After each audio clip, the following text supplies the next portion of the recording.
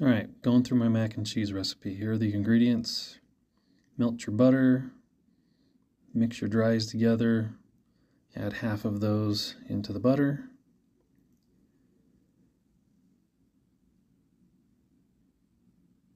I'm going to go ahead and whisk this together so it's even parts butter and flour to make this roux.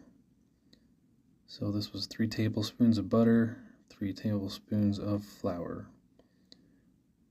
So mix this together till it makes a thick paste, which is our roux. I'm going to struggle with the whisk here a little bit. Don't ask me why I didn't change whisks till later in the video. Alright, I'm adding the evaporated milk into the roux, about half of the can at a time, just to keep it smooth. The whole idea throughout this process is to keep this mixture as smooth as you can.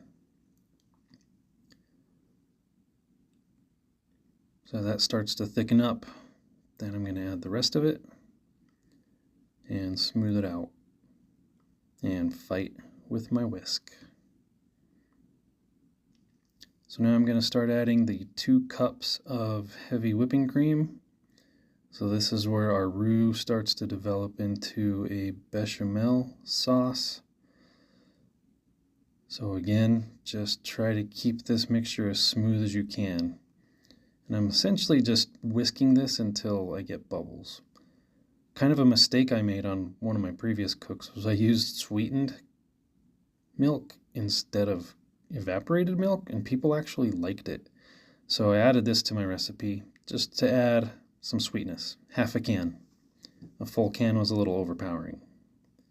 Rest of the dry ingredients. Get this all mixed up.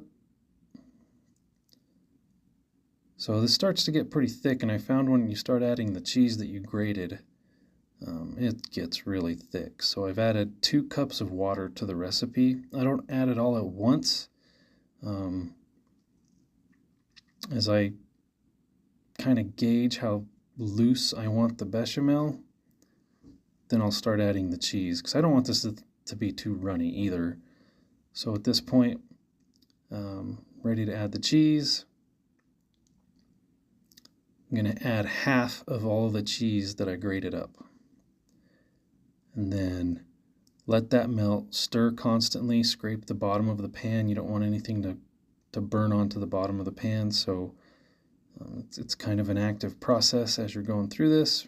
But once that's all mixed up, you're going to put it into your bowl of 1 pound of cooked pasta. I like the cavatappi.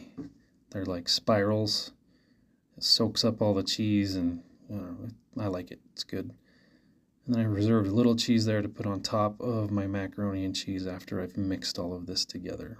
So here I am. The bigger pan is for a gig that I have. The smaller pan is for the family. So just evenly distributing this out. You can see the reserved cheese over there on my cutting board. I'll spread that across the top when I've got these all smoothed out. Again, I added water till it was just a consistency I liked. So play around with it.